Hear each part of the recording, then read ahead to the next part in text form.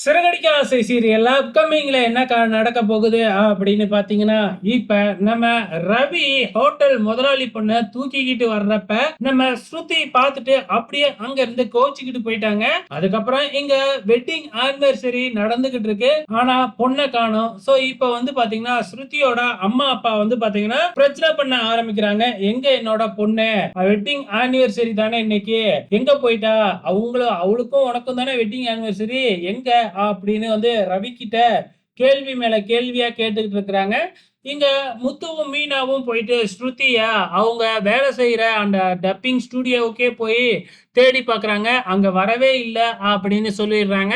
நம்ம ரவியும் ஃபோன் பண்ணி விசாரிக்கிறாப்ல. ஆனா ஸ்ருதி எங்க அப்படிங்கறது மட்டும் இன்னும் தெரியவே இல்ல. சோ இப்ப என்ன நடக்க போகுது அடுத்த வாரம் அப்படின்னு தெரிஞ்சுக்கிறதுக்கு தான் எல்லாருமே ரொம்பவுமே ஆவலா இருக்கீங்க.